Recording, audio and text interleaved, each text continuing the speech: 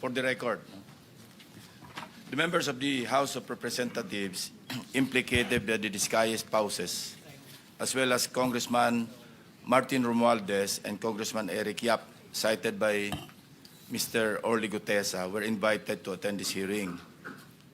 Incumbent congressmen were invited through a letter dated 12 November 2025 to Speaker Faustino Boji D. III of the House of Representatives. Now, according to Speaker D, the members will not be appearing before the committee today in order to avoid any possible prejudice to the ongoing investigation and eventual findings of the ICI, Independent Commission for Infrastructure, given that the invited members have already submitted themselves to its jurisdiction and proceedings. Mr. Saldico was similarly invited to appear before this committee. However, his lawyer, Attorney Rui Alberto Rondain, replied that Mr. Co is unable to attend, citing that he is still overseas due to medical reasons.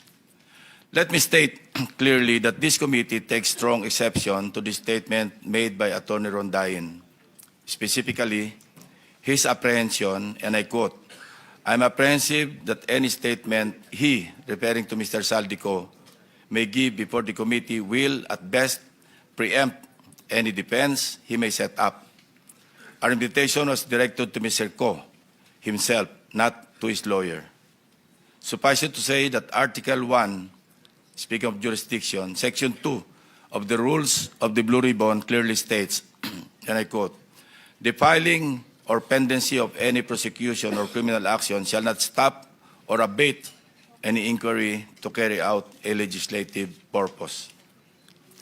Several of the invitees were also sent their excuse letters. Number 1, Jonathan Quirante of Quirante Construction. Excuse, needs to attend to personal operations and project sites affected by Typhoon Tino and needs more time to organize documents.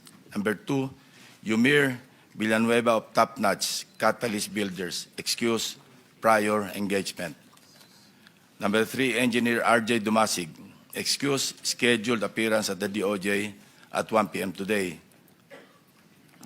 The following also sent excuse letters based on alleged medical reasons. Engineer Gerard Opulencia, Regional Director, DPWH NCR. District Engineer Manny Bulusan, District Engineer, South Manila District Engineering Office. Commissioner Mario Lipana. The committee also sought the assistance of the Bureau of Immigration to obtain available information on the following individuals: Mark Bakiran Bunagan, Alan Colesio, John Paul Estrada, Orly Regala Gutesa, and Mark Texay. In the response letter dated 30 November 2025, the Bureau informed the committee that there is no record of departure for Mr. Bunagan, Mr. Gutesa, and Mr. Texay. Meanwhile, Mr. Colesio is confirmed to be in the country, having returned from a brief trip abroad from October 18 to October 24, 2025. In the case of Mr. John Paul Estrada, the reported aide of Mr. Saldico, the BI reported that he left the country on September 2, 2025, bound for Hong Kong, and has not returned to the Philippines to date.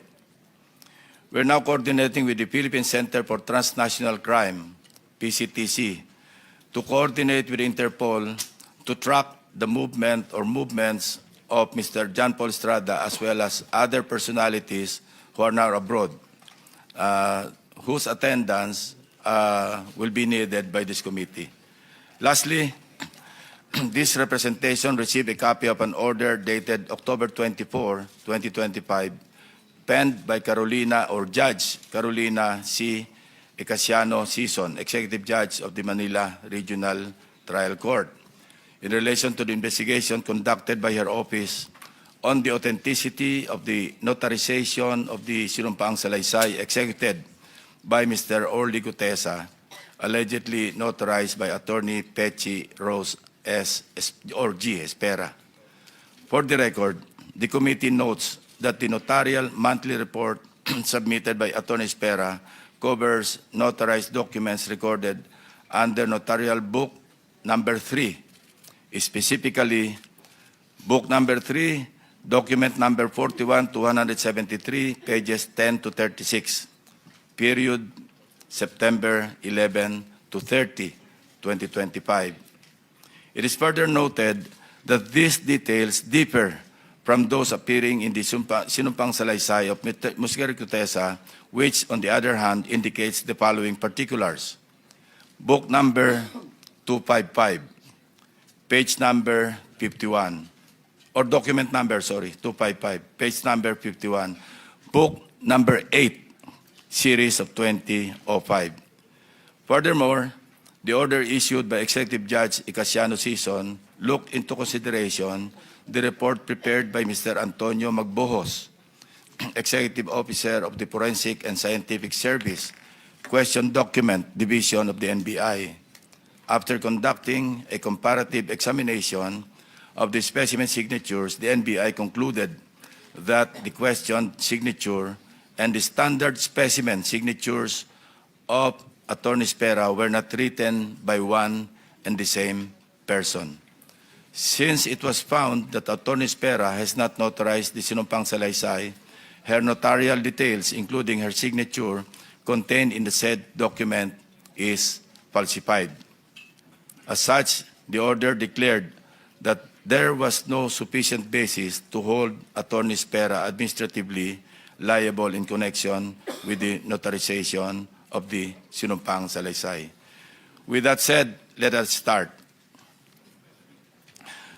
We will recognize again the members of the committee in the order of their arrival. And the first to arrive is, as usual, Senator Erwin Tulfo. Of course, the Senate President, we are joined by the Senate President who arrived second. Then followed by Senator Ontiveros, Senator Pangilinan, Senator Marcoleta, Senator Bam Aquino. So, Senator Tulfo, you have the floor. Thank you, Mr. Chair. I just have a quick statement, Mr. Chair. Distinguished members of the committee. The Professor Wina Guerra of UP Center for Integrated and Development Studies in their policy paper, Flood Control Fiasco, the policy reckoning for accountability in the Philippines, revealed that our flood control failures stem not from lack of funds, but from absence of credible science, data, and accountability, and also, of course, of corruption. One of her recommendations is the revival of Project NOAA and its return to the Department of Science and Technology. Project NOAA once provided real-time hazards, rainfall, forecasts, flood simulation, guided both national agencies and the LGUs. It is for this reason that I urge this committee to recommend the said policy, Mr. Chair. Thank you. Before anything else, we also invited, again, former Undersecretary Roberto Bernardo. He has submitted his supplemental affidavit to the Department of Justice, and we want to hear, for the record, his sinumpang salaysay as submitted, or supplemental affidavit. This is supplemental to the September 25 affidavit that he submitted likewise to the Department of Justice, which he also testified before this committee. So, Undersecretary Bernardo, you're recognized. Good morning, Mr. Chair and the honorable members of the Blue Ribbon Committee. Mr. Chair, may I be allowed to read an opening statement? Go ahead. How many minutes? 3 minutes lang po. Go ahead. Go ahead. Okay. Salamat po. Dear Senator Lacson and honorable members of the Blue Ribbon Committee, again, I am Roberto R. Bernardo, formerly an Undersecretary for Operations of the Department of Public Works and Highways. Today, I am once more before the Honorable Blue Ribbon Committee upon its invitation and consistent with my assurance during my first appearance last September 25, 2025 to fully cooperate in its ongoing investigation. I am here not only out of respect for the invitation of the Honorable Committee, more importantly, I am compelled to come clean because of my fear of God Almighty and my ardent desire for my countrymen to give me a chance to atone for what I have done and failed to do, for which I offer no excuse or justification. Nung ako'y nabanggit sa mga irregularidad na ito, ang una kong naisip ay manahimik tungkol sa nalalaman ko. Haharapin ko na lang ang mga asunto na isasampa sa akin. Ako ay aasa na lamang sa pamamagitan ng aking pananahimik ay makakakuha ako ng proteksyon mula sa makapangyarihan sa politika at maimpluwensyang mga personalidad na silang may pakana o kaya nagbigay daan sa mga irregularidad na ito. Gayunpaman, napagtanto ko na ang isang pagkakamali ay hindi maaaring iwasto ng isa pang pagkakamali. At kung may maisang pamangkaso ay maaaring magtagal ito bago matapos. Sa aking pagkakaalam sa mga nakarang scam, tulad ng ilang kaso ng PDAF, mahigit isang dekada na ang nakalipas, hanggang ngayon ay dinidinig pa. Kawawa ang bayan. Hindi ko matiyak kung ang mga pangunahing may sala sa mga irregularidad na ito ay mapapatawan ng kaukulang parusa sa lalong madaling panahon. Gayunpaman, umaasa ako na sa pamamagitan ng kasulukuyang mga pagdinig ay makakabuo ang ating mga mambabatas ng kaukulang batas na hindi lamang tutugon sa epekto ng mga maanumalyang gawain ito, kundi na rin makakapigil sa pag-ulit nito. The magnitude of the irregularities and how this have gravely affected and will affect our nation and its citizens cannot be overemphasized. I am committed to disclose everything that I know regarding these anomalies, particularly the complicated and ingenious ways by which these were carried out and perpetrated all these years. This, despite the serious threats to my personal safety and that of my family and loved ones. Mula sa aking paninilbihan bilang isang mababang laborer hanggang ako'y naging isang undersecretary, napag-alaman ko na ang profesional na kakayahan at integridad ay maaaring hindi sapat upang matiyak ang tagumpay sa profesional na karera ng isang tao. Nakapaloob sa isang tiwaling sistema kung saan ang isang tao ay pinangakuan ng biyaya o kaya'y pinipilit na lumahok sa mga irregularidad. Ang takot sa maaaring masamang mangyari bunga ng hindi pagsunod o pagnanais na rin sa personal na pakinabang o kaya'y kombinasyon ng dalawang ito ay sumisira sa moral na direksyon ng isang tao. Lalo na kung ang mga dapat na may pangunahing kakayanan na humadlang sa masamang gawain ay siya ring may pakana nito at nagbibigay daan dito. Naniniwala ako na hindi lamang ako ang nakaranas sa sitwasyong ito.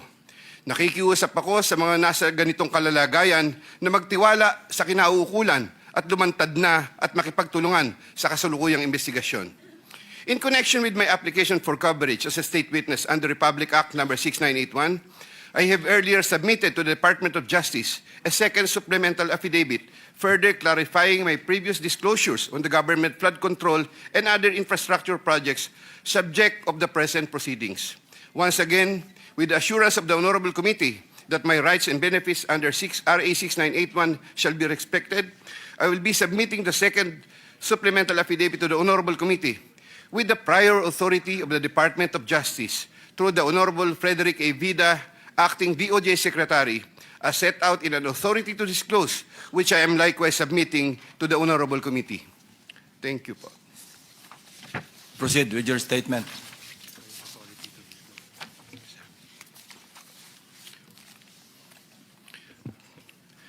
Second supplemental affidavit. I, Roberto Bernardo, Filipino, of legal age and a resident of Panfilo City, Bulacan, under oath, hereby depose and state.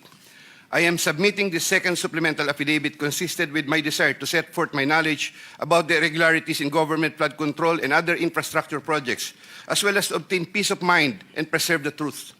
Among other factors, the contents of this second supplemental affidavit had to be violated by me by making reference to an assortment of personal notes and records, deep thinking, as well as confirming with persons certain details regarding the time, place, manner, and circumstances under which the events narrated hereunder occurred.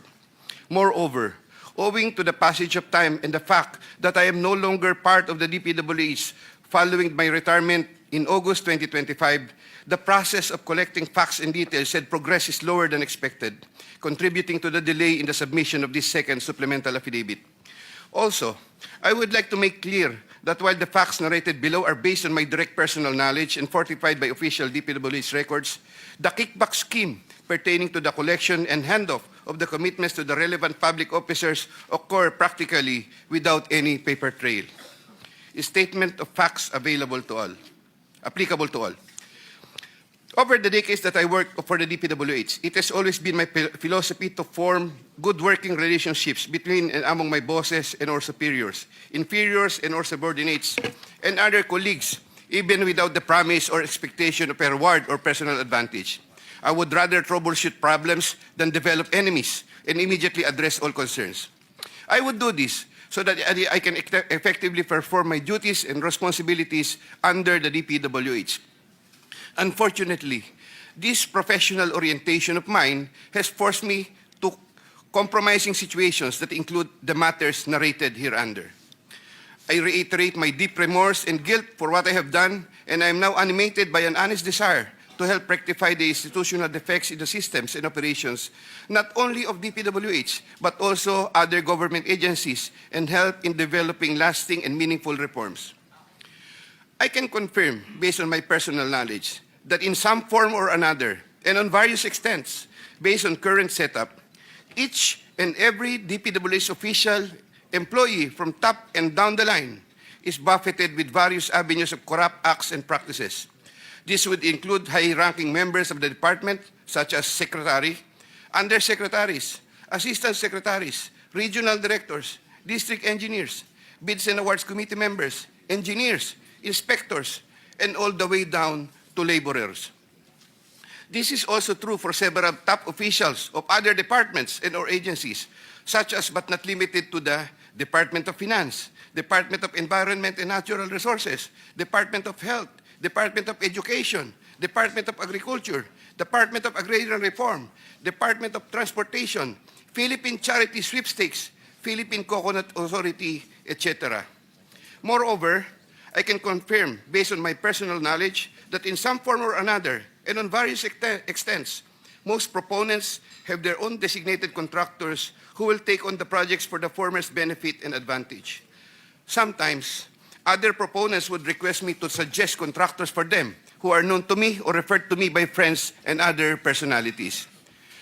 There are situations that national and local elected politicians would request me to source projects for them. If given more time and opportunity to review the records and confirm supporting facts, I may be able to particularize the details of these transactions and dealings. Senator Ramon Bong Revilla Jr. I have a close and friendly relationship with Senator Ramon Bong Revilla, and we go all the way back since the time of Amay Bisaya and Mayor Viseo, who first introduced me to the former legislator while I was still a district engineer in Laguna sometime in 2005 or 2006. We frequently meet in important social gatherings. Senator Revilla later on became a godparent of two of my daughters, while I became a godparent to one of his children. When Senator Revilla was incarcerated, I visited him several times at the PNP Custodial Center at Camp Crame. Because of our close relationship, Senator Revilla had asked me for assistance on several matters which I can no longer exactly recall at the moment because this happened a long time ago, and I presently don't have records to help me reconstruct the events. Sometime in the third quarter of 2024, Senator Revilla and I met where he asked me for a list of projects for funding, ostensibly to help him in his national campaign. When Senator Revilla asked me about the percentage of the commitment, I suggested either 20 or 25, to which Senator Revilla said 25%. Soon thereafter, also in the third quarter of 2024, I asked then District Engineer Henry Alcantara to prepare a list of projects, which he subsequently gave to me. The said projects are enumerated in a list here to attach as Annex A. Moreover, still in the third quarter of 2024, I also asked then District Engineer, but later Regional Director for NCR, Engineer Gerard Opalencia, to prepare a list of projects, which he subsequently gave to me. The said projects are enumerated in a list here to attach as Annex B. I had the list of projects totaling 1.5 billion submitted by Engineer Henry and Engineer Gerard, consolidated in one sheet of paper, and gave the same to Senator Revilla in the third quarter of 2024. With respect to the projects under the NEP and HGAB, I followed this up with Secretary Manny Bonoan upon request of Senator Revilla, who would also follow this up with Usec Cathy Cabral. The White House compound is the ancestral home of the Revillas with the large Blue Gate entrance at the time. Sometime in the last quarter of 2024, Engineer Alcantara collected the 25% commitment of about 125 million and informed me that the same was ready for turnover through Engineer Gerard Opalencia. Engineer Gerard Opalencia told me that the 25% commitment was already loaded in my vehicle. After receipt of the 25% commitment, which were packed in 6 cardboard boxes, each containing at least 20 million, and 1 paper bag containing 5 million. I called up Senator Revilla to inform him the same is ready to be turned over to him. Sometime December 2024, probably the Monday after my receipt of the commitment, my driver and I went to the residence of Senator Revilla. Upon reaching the area, I tried calling Senator Revilla, but he was not answering my call, so I waited. After waiting for approximately 1 hour at a nearby gasoline station, we were finally allowed inside the compound by the guard. Once inside, we parked the vehicle, and shortly upon alighting, I saw Senator Revilla at the terrace. I walked over to Senator Revilla for a casual talk. While the boxes were being unloaded, Senator Revilla and I talked for about 20 to 25 minutes.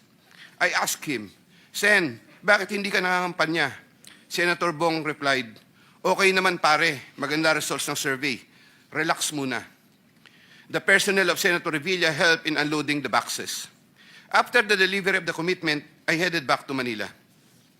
Sometime late January or February 2025, in relation to a list of projects submitted by Engineer Gerard Opulencia, Senator Revilla called me to follow up on the status of the commitment. About a week later, sometime February 2025, I informed Senator Revilla that the same was ready for turnover.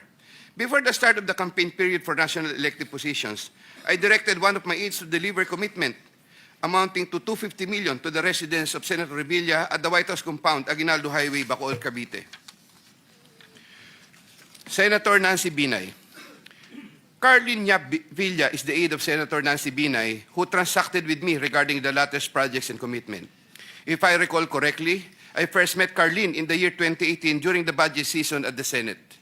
Eventually, sometime 2019, Usec Trigib Olivar, whom I knew very well, endorsed Carlin to me. From then on, Carlin would contact me directly to follow up the status of different matters. Sometime fourth quarter in 2022, Carlin, claiming to act on behalf of Senator Binay, asked my help for the transfer of an assistant district engineer in Mindanao to another district, a request which I endorsed to Sec Bunoan. Sometime during the third to fourth quarter of 2022, Carlin requested on behalf of Senator Binay for a list of projects worth around 1.882 billion with 12% commitment. The said projects are enumerated in a list here to attach as Annex C. I got 3% of 1.882 billion. I prepared a list of projects within my area of jurisdiction with the help of DPWH officials, but could not recall at this time exactly who among them gave me the list. But I can recall that it was Engineer Manny Bulusan who coordinated the collection of the commitment. Eventually, during the first quarter of 2023, the commitment was delivered to Carlin for Senator Binay in several tranches in Makati and Quezon City. But I could not recall at this time the details of the deliveries, but I undertake to submit additional information thereon.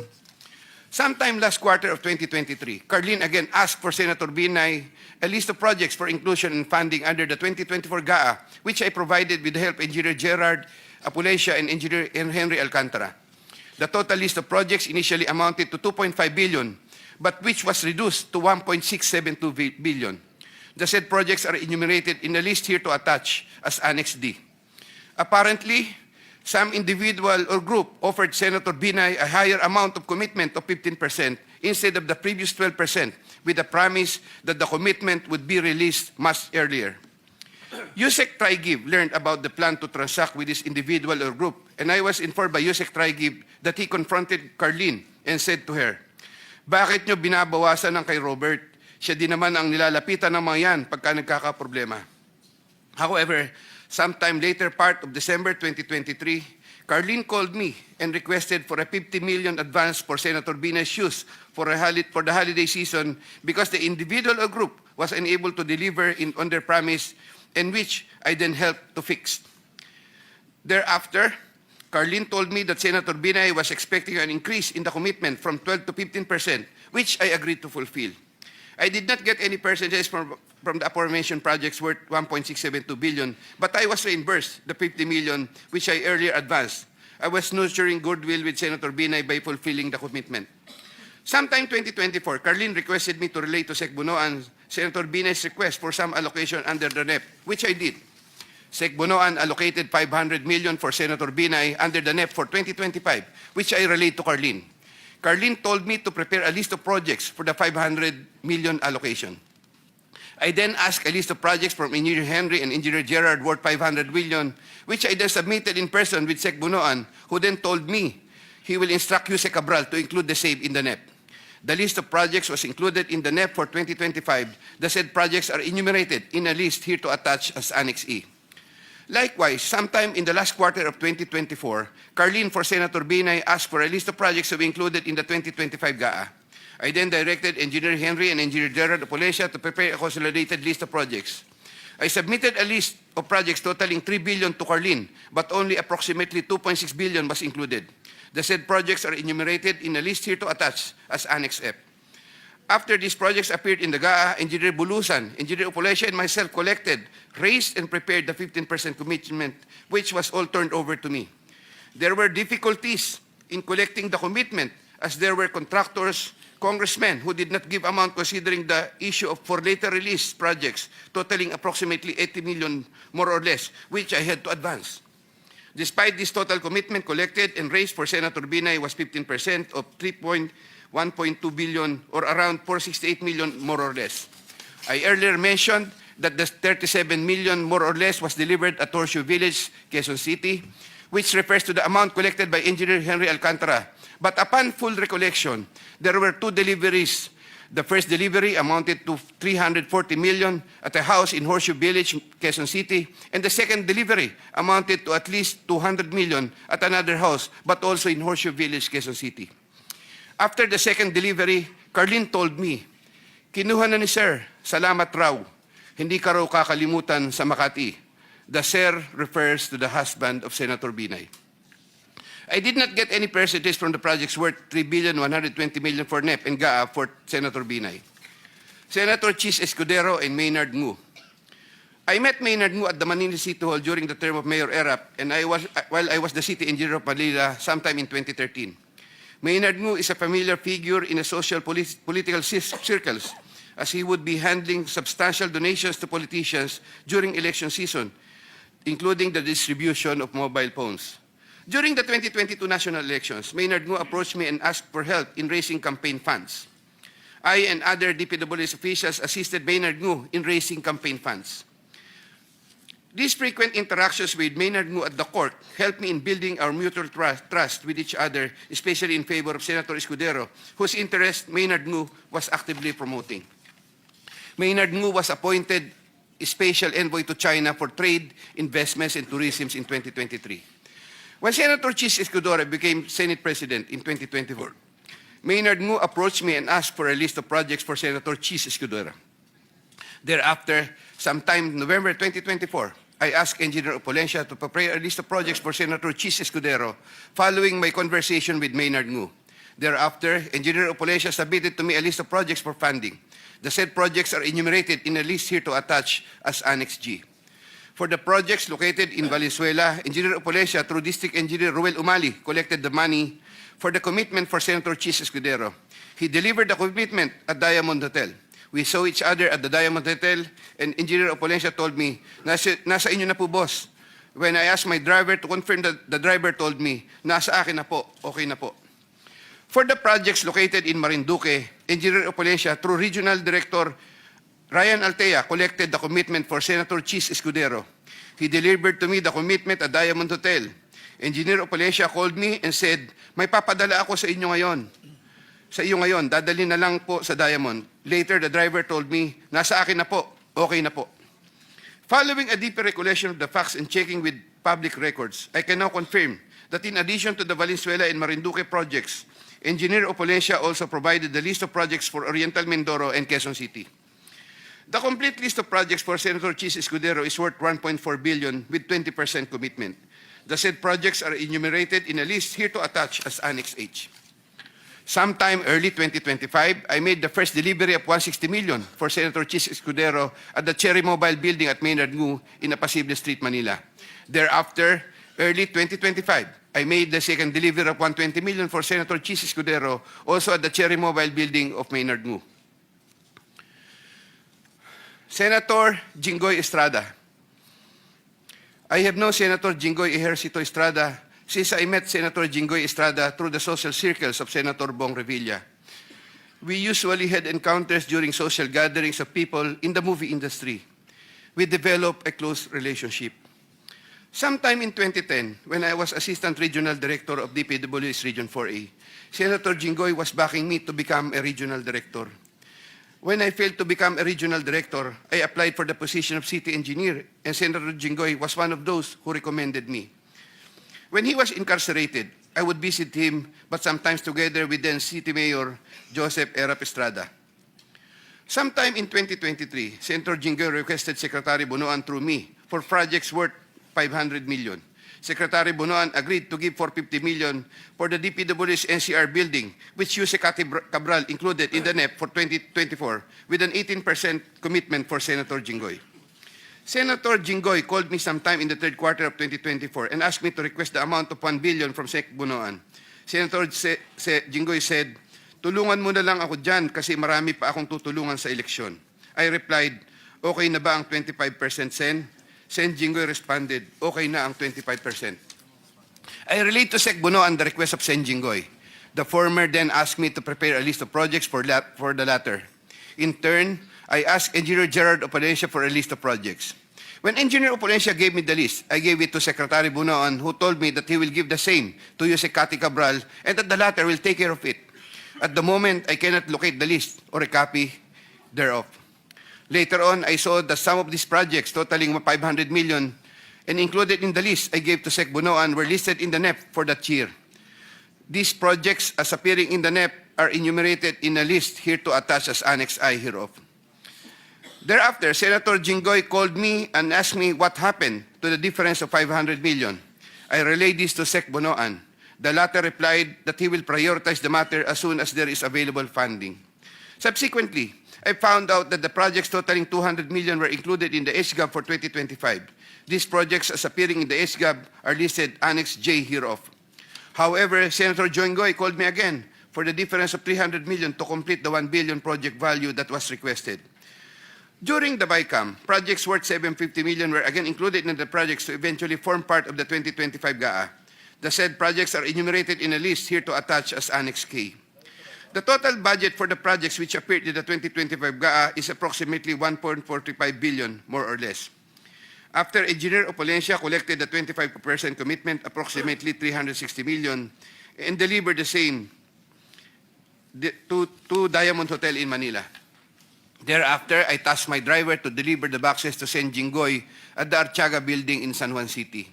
Senator Jinggoy personally confirmed to me his receipt of the commitment and thanked me for the same.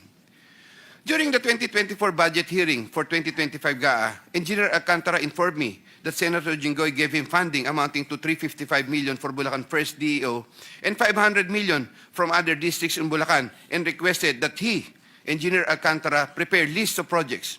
The said projects are enumerated in a list here to attach as annexes L and L-1 respectively.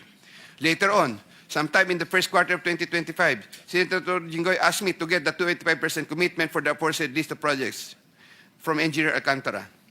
Engineer Alcantara then delivered to me the 25% commitment, approximately 213 million, which I delivered to Senator Jinggoy at the Artiaga building in San Juan City. Senator Grace Poe. Sometime third quarter of 2024, J.Y. De La Rosa, a staff of Senator Grace Poe, requested Sec Bunoan through me if Senator Grace Poe can be accommodated in the DPWH NEP. Sec Bunoan told me there is a 500 million for Senator Grace Poe and instructed me to ask the Senator for a list of projects. J.Y. De La Rosa told me to coordinate the matter with Mrs. Patron, a contractor. Mrs. Patron told me to prepare the list. Upon my instructions, Engineer Gerard Opalencia submitted a consolidated list of the following projects, 1 in Laguna and 3 in NCR. These projects are indicated in the list here to attach as Annex M. Thereafter, the list of projects was included in the NEP by Sec Bunoan through Usec Cabral. Later on, the said projects appeared in the GAA for 2025. There was a 20% commitment collected for Senator Grace Poe. Mrs. Patron, a contractor, collected the commitment for Sen Grace Poe at Diamond Hotel from one of my aides. Congresswoman Mary Mitzi Mitz Kahayon Uy. There were projects released in Congresswoman Kahayon Uy's congressional district which I facilitated. I submitted projects being proposed by her to proponents for funding, the details of which I am still verifying and confirming at the moment. Congressman Florida Robes. There were also projects released in Congresswoman Florida Robes' congressional district, which I facilitated. I submitted projects being proposed by her to proponents for funding, the details of which I'm still verifying and confirming at the moment. Congressman Zaldico. In addition to my statements in my affidavit dated 25 of September 2025, I was told by Engineer Alcantara, Congressman Zaldi would from time to time deal also with Engineers Gerard Pacanan, Gerard Opulencia, and Danny Villa. There were times Engineer Gerard Pacanan and Gerard Opulencia would give me certain amounts, supposedly from Congressman Zaldico. Usec Tri-Give Olivar of DepEd. In addition to my statements in my affidavit dated 25 of September 2025, I wish to add that I have known Usec Tri-Give as early as 2010 when he was still a staff of Senator Bong Revilla. He is a common figure in budget deliberation hearings and by reason of which I had interacted with him on multiple occasions. Usec Tri-Give then worked under the office of Senator Edgardo Angara and then later worked under the office of Senator Sani Angara. When Senator Sani Angara became a chairman of finance, Usec Tri-Give and I would have several interactions as part of our work in budget preparations. When Senator Revilla was incarcerated with Senator Jinggoy Estrada, Usec Tri-Give and I would frequently call each other so we can help look after the welfare of concerns of Senator Revilla, whom I visited several times with Senator Jinggoy Estrada while they were in detention. Aside from the details I had earlier mentioned in my affidavit dated 25 of September 2025, Usec Tri-Give and I also had transactions concerning Senator Angara between 2019 and 2024, where Usec Tri-Give received deliveries representing 12% of the projects of Senator Sani Angara, while the latter was chairman of finance. As I previously mentioned in my affidavit dated 25 of September 2025, Usec Olivar and I discussed the unprogrammed appropriations supposedly for the Office of the Executive Secretary. Thereafter, DPWH received a special allotment release order, which included projects worth 2.85 billion. The contract IDs for the projects worth 2.85 billion covered by the said SARO can be secured from the records of DPWH Regional Office for Region 3 and the 1st District Engineering Office of Bulacan. Moreover, in the unprogrammed allocation for 2025, there could have been an additional 12 billion more or less funding, which I am verifying and confirming at the moment. DPWH Secretary Mark Villar and Yuse Cabral. I was appointed Assistant Secretary of DPWH by former President Rodrigo Duterte in 2016 during the term of DPWH Secretary Mark Villar. As Assistant Secretary for Operations, I was assigned over the Visayas regions. While I was Assistant Secretary for Operations, I was introduced to Carlo Aguilar, a cousin of Sec Mark Villar. Yuse Cabral was already the Undersecretary for Planning Service when I became Assistant Secretary. As Undersecretary for Planning Service, Yuse Cabral was working closely with Sec Mark Villar for the allocation, listing, and budgeting of all the DPWH infrastructure projects. While I was Assistant Secretary, I was also later designated as Chairman of the Central Bids and Awards Committee, Central BAC. In the later part of 2017, I was promoted to Undersecretary of the DPWH during the incumbency of Senator Mark Villar and took my oath of office as Undersecretary before him. In the first quarter of 2018, I was designated as Undersecretary for Operations for NCR, 4B, and the 3 Visayas regions. Upon my request, I was replaced as Chairman Central BAC sometime in February 2020 because of political intrigues, as I was reportedly siding with then City of Manila Mayor Isko Moreno, who was vocal against then President Rodrigo Duterte. All of this time, the funding of all projects was cleared through Yuse Cabral for approval by Sec Mark Villar. From time to time, Yuse Cabral would ask me to submit detailed lists of projects with regards to lump sum fund allocations of DPWH, which list she sometimes would approve herself or forward to Sec Mark Villar for approval. Among others, this included EDSA and other major roads, project allocations, maintenance of creeks and waterways, etc. The commission for these approved projects was 10% and divided as follows: 50% to Carlo Aguilar, presumably for Sec Mark Villar, 25% Yuse Cabral, 25% for myself. Undersecretary Maria Catalina E. Cabral. As a general rule, with very little exceptions, it is Yuse Maria Catalina Cabral with the imprimatur of Secretary Mark Villar and later continued by Sec Manny Bonoan, who had control at the DPWH level to remove, include, add, deduct, or modify insertions of items in the NEP for infrastructure or those pertaining to DPWH. Usec Cabral would tell me that she would communicate and meet legislators to inform them of the amount of their allocations and ask them for titles of projects that they want to include in the DPWH budget. In a matrix of process flow that I have prepared, which I am attaching here to as Annex N, Usec Cabral has total influence and authority in preparing and finalizing the NEP for infrastructure. On multiple occasions, I personally delivered and also caused to be delivered cash to Usec Cabral at her house at Tatalon, Quezon City, and other places.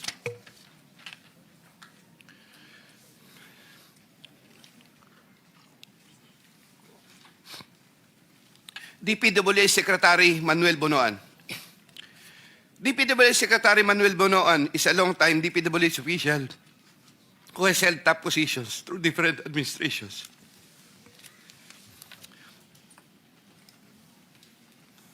I look up to Sec Bonoan and consider him as a mentor. I treasure his guidance and friendship over the years. Prior to Sec Bonoan's assumption as Secretary of DPWH, I was the Undersecretary for Operations and Planning for NCR Visayas, having assumed the said position in 2018. Unlike during the time of Sec Mark Villar, when I was not given much task, even removed as back chairman, and had very limited operational functions during the COVID pandemic period, Sec Bonoan entrusted me with more operational functions and let me work more closely with Usec Cabral. Sometime in 2022, Sec Bonoan directed me to submit a list of projects for possible inclusion in the NEP for fiscal year 2023 worth around 450 million. Without question and delay, I asked Bulacan First DEO for a list of projects for funding. Thereafter, Engineer Alcantara submitted to me a list of projects for funding under the NEP. Those projects are indicated in the list here to attach as Annex O. In compliance with this order, I forwarded the list to Sec Bonoan. He told me that Undersecretary for Planning Maria Catalina Cati Cabral shall facilitate and ensure the inclusion of these projects in the NEP. Engineer Alcantara gave the 10% of the value of the projects.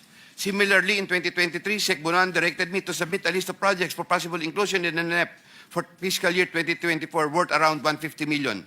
Again, without question and delay, I asked Bulacan First DEO for a list of projects for funding. Thereafter, Engineer Alcantara submitted to me a list of projects for funding under the NEP. Those projects are indicated in the list here to attach as Annex P. In compliance with this order, I forwarded the list to Sec Bonoan. In compliance with this order, I forwarded the list to Sec Bonoan. Sec Bonoan said that Usec Cabral shall again facilitate and ensure the inclusion of these projects in the NEP. Engineer Alcantara gave 15% of the value of the projects. Also in the year 2024, Sec Bonoan also directed me to submit a list of projects for possible inclusion in the NEP for fiscal year 2025 for the amount of 900 million. I asked Bulacan First DEO for a list of projects for funding. Thereafter, Engineer Alcantara submitted to me a list of projects for funding under the NEP. Those projects are indicated in the list here to attach as Annex Q. In compliance with this order, I forwarded the list to Sec Bonoan. Sec Bonoan said that Usec Cabral shall again facilitate and ensure the inclusion of these projects in the NEP. Engineer Alcantara gave 20% of the value of the projects. With respect to the commitments collected by Engineer Alcantara narrated above, Secretary Bonoan and I received a percentage. In many instances, during budget deliberations, I was tasked by Sec Bonoan to talk to legislators over their funding and other concerns, and to forward these concerns to Usec Cabral for action and resolution. Sec Bonoan and Usec Cabral. Every year, including years 2023, 2024, and 2025, Usec Cati Cabral apportions the budget ceiling for the DPWH's allocable NEP among the districts according to the endorsed programs, activities, and projects, PAPs. Although she would make it appear that 100% allocable NEP had been apportioned, Usec Cati Cabral would reserve a substantial percentage of that allocable NEP for her and Sec Bonoan's preferred projects. Sec Manny Bonoan would from time to time ask me to take charge of part of his own reserve allocations. the value of the projects that I handled for Sec Bunoan was at least 5 billion per annum for the years 2023, 2024, and 2025, with an average of 15% commitment. Of this 15% average commitment, Sec Bunoan, 75% usually would give, of this 15% average commitment, Sec Bunoan, 75%, usually would give me 25% of the commitment, with the rest of the commitment shared between him and Usec Cathy Cabral. Usec Cathy Cabral herself took charge of her own reserve allocations. Once again, I humbly reserve the right to submit another supplementary affidavit if warranted in the premises. I attest to the truth of the foregoing statements based on my personal knowledge and authentic records. Mr. Chair, thank you. Thank you. The Vice Chairman, Senator Erwin Tulfo, you may reclaim your time. Thank you, Mr. Chair. Okay. Aside from the tables attached as annexes, may iba ka pa bang ebidensya na magpapatunay po sa inyong sinumpaang salaysay? Mr. Chair, I would of course, I may submit additional documents po pagka po na retrieve from the records. Meron po. All right.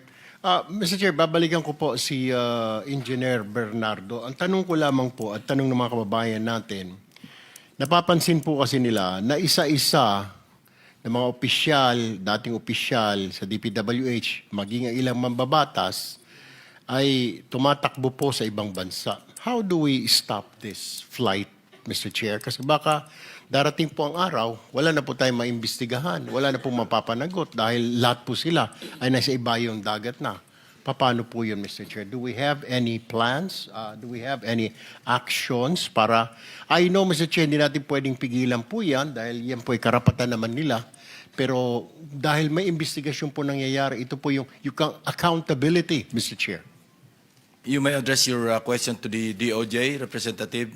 I think the Prosecutor General, Richard Padulyon, is here. Kindly Thank you, respond. Mr. Chair. Yes. Good morning, Mr. Chair. I believe that while we want all of these personalities who are involved or mentioned in the investigations to just stay in the country during the course of the investigations, we cannot at this time, Mr. Chair, prevent them from traveling because what we can only issue as far as the Department of Justice is a lookout bulletin. A lookout bulletin operates only to check on the records of the passenger who would want to leave, but it would not prevent them from being able to leave the country. There is no legal impediment for them to leave because it would be violative of their constitutional right. However, if I may be bold enough to suggest, Mr. Chair, in answer to the question of the good senator, yes, there are investigations which are being undertaken at this time, and while I understand that cancellation of passports can only be done if, for example, there are cases which are already filed, and this can only be done through the courts. I believe that representations can probably be made by the investigating bodies with the executive branch, that would be the Department of Foreign Affairs, to possibly hold or possibly cancel passports of those who are undertaking or undergoing investigations, Mr. Chair. Linawin ko lang, Mr. Chair, parang pwede lang yatang kanselahin ang mga passports sa mga ito kapag sila po'y nakasuhan na. Pero what I'm talking about, yung hindi pa po nakakasuhan. Kasi it is not enough, yung lookout bulletin, wala naman hong saysay yun eh. Kahit na nandoon siya sa lookout bulletin, pwede niya sabihin, wala pa naman ho akong kaso. The only way to stop that person is kung may hold departure order, which we know kung may kaso na. So, ano hong pwede bukod dyan na sinasabi sa lookout bulletin? Are you suggesting na the DFA kanselahin ang passport? But can we do that? Wala pa naman po silang kaso and it will violate their constitutional rights. I understand, Mr. Chair, if I may, sir, answer the question. I agree with you totally that there is no basis to cancel the passports up until the time that there are cases which are filed as against them and there are representations or there's an order issued by the court allowing for the cancellation.